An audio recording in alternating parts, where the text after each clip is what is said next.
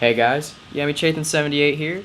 I know it's been a while since we last recorded. Like most of my videos take a while to get done because of busyness. And today we're doing traditional exterior. And today instead of Garox, we're bringing someone who's kind of an expert in this area, Tommy. Oi guys, Yeah. So additional. So we're just gonna go over kind of the basics of traditional today, of exterior, and the interior video will come along shortly. And yeah, so I'll just let Tommy do the talking. Kind of, Okay, yeah, so we tried to find something basic. This is in the Victorian style. It is a craftsman. I don't know the exact reference. It is a four-square craftsman house built by Shiftmaster on the server, Walk server. And today we're going to be looking at it as a perfect example to start off Victorian. Very simple yet very cool and very nice looking.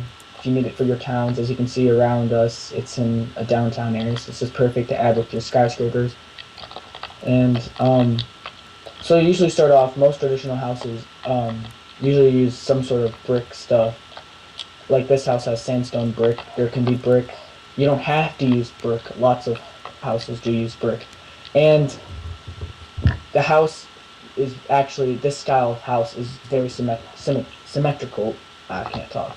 As you can see, it is a sport level house, so each side is a different house. And yeah, basically, you use a plan from websites, which I'm pretty sure Yanni you can either link in the description or yeah, show later in the video. Architectural designs, cool house plans, or if you want to go big, monster house plans, which is not recommended unless you really want to go for those ridiculous houses. yeah. And yeah, starting with the floor plan helps a lot. Even just looking at pictures help a lot until you get good enough to actually start building them on your own.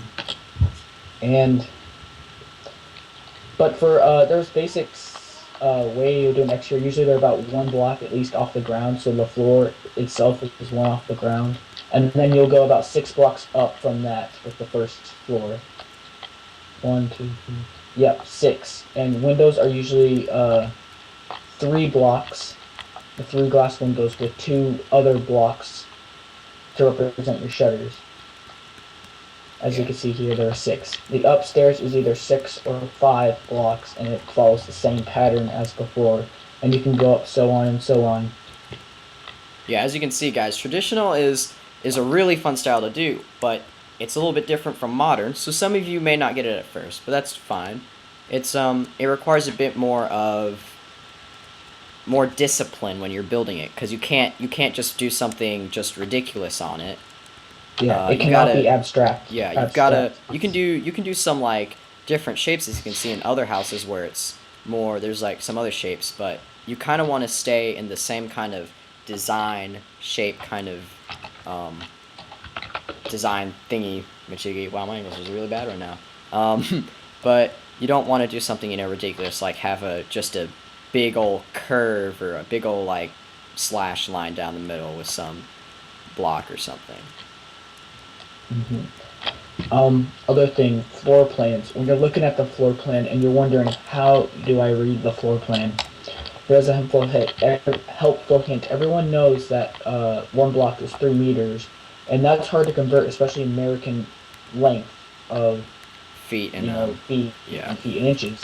So what you do is 1 block is about half of what it is. So if it's 8 by 10, it's gonna be 4 blocks by 5 blocks on the inside.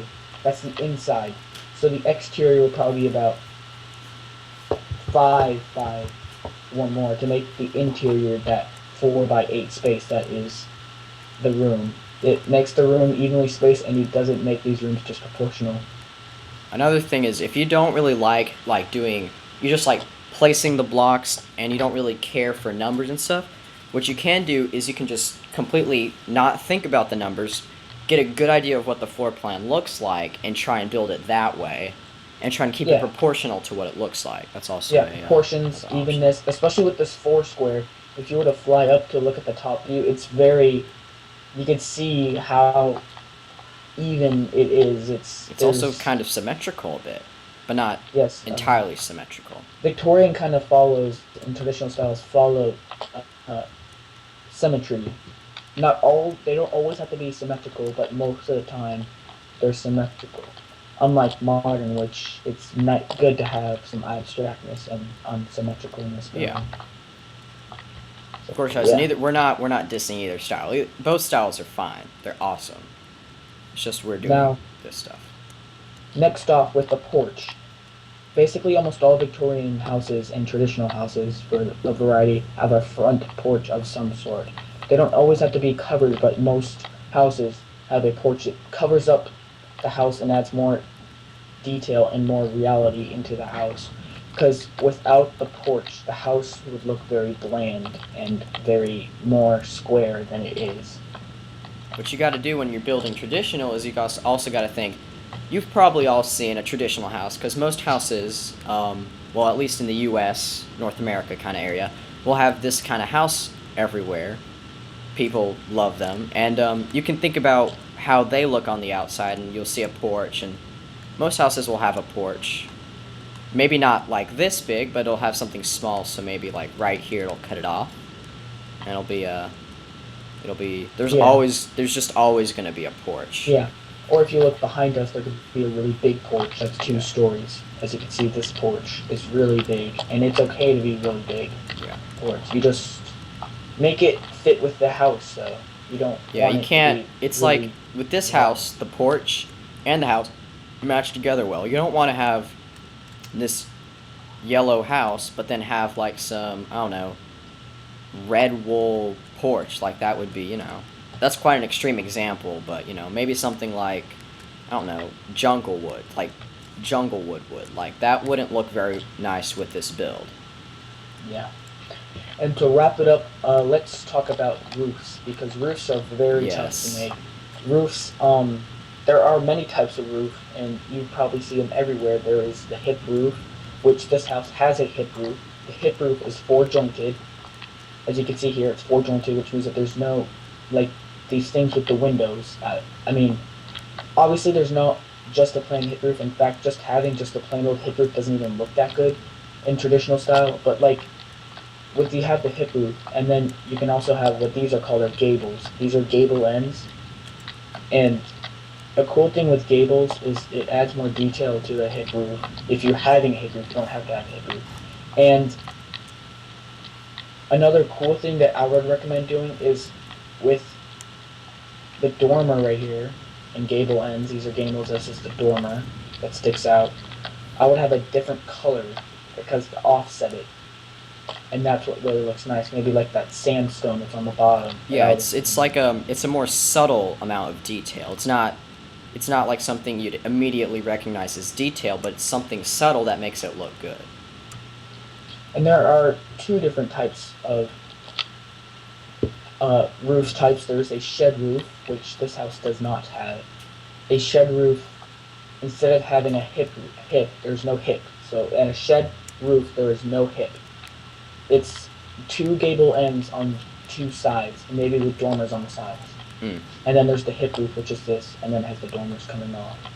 Yeah. Hip roofs look better for houses, and I would recommend shed roofs for garages. Yeah.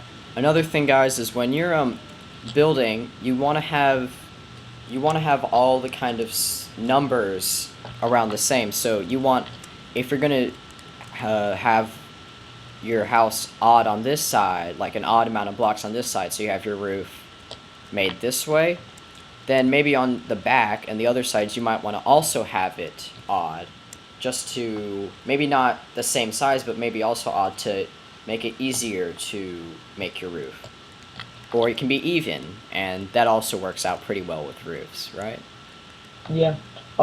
Even works out fine. I like to try and keep it odd just to make it so there's a defined middle point to Yeah, work off that's a of. good point. If you like this one, you can obviously see the middle just continues down, and it helps you split the house up and work better. Yeah. So you can see, Yeah, guys, there's like you can see a definite line where the house, if I went straight up, the same block would just keep on going up. You could split it in half, and it would be symmetrical. yeah. And also chimneys, make sure they're about as tall as the roof. They don't have to be taller than the roof, but if it's a two-story chimney like these, and on a two-story portion of the house, now if it's a one-story portion of the house, you don't want the chimney to go all the way up because that's not very logical. But if it's like this, where it's the chimney's up along a two-story, make sure it's about as high or taller than the roof. You don't want it too short, or you don't want it really tall. There's really no definite location where I could really say where the chimney is, but it depends on how the house is and what you think looks best. Yeah. So guys, this is we're gonna have interior next video and everything. I'm just gonna do a real quick flyby around the house so you can get a good idea. I'm gonna go to the recommended texture pack of traditional style, which is Mortex. I can link the description below or anything. Traditional is just recommended with Mortex because it just seems to work. It seems to be a lot easier to do. It's just, Yeah. I don't know. Mortex Flows has a more of a, was designed for modern, and Mortex is more traditional kind of feel. It can also be used for modern, but most people use flows now. Anyway, I'm just gonna do a quick flyby around the house. Just give a good circle. Also, guys, landscaping. Try, if you're gonna have a big plot, have some nice landscaping. You also want to have these kind of mowed lawn kind of feel where you have green wool, kind of more darkish green wool, and then the grass, but you don't bone meal it. And then you can have like that kind of, you let the grass grow kind of feel and have it more, just more a bit natural. It's relatively the same landscaping as modern, it's just without all those stone features. Yeah, it's less of the water feature. It still feels like it's more disciplined, more of a kind of a taken care of lawn. Of course, traditional, you always want to make it realistic because, well, most houses that are traditional, well, I'm guaranteeing probably about 99% of you are in a traditional style house. Or something that has been a traditional style house, maybe not entirely anymore, but Yeah, even if it's a brand new house that was built like a year ago, it is still traditional. It's not modern. It's traditional style. Yeah. You get my point. Basically, most houses we live in are traditional. Yeah. So guys, we're gonna wrap up this episode. You can expect the interior video to be out shortly, and I hope you enjoyed this video. Tommy's Planet Minecraft will be in the link below. You also have to sub to my YouTube channel, obviously, because, no, that's not cool. If you don't. You also have to sub to Tommy, since he was very kind enough to take time from his building and his busy things he does to record with us and help you. So, yeah. Thanks for watching, guys. I hope you enjoyed it. And, yeah, I'll see you next time.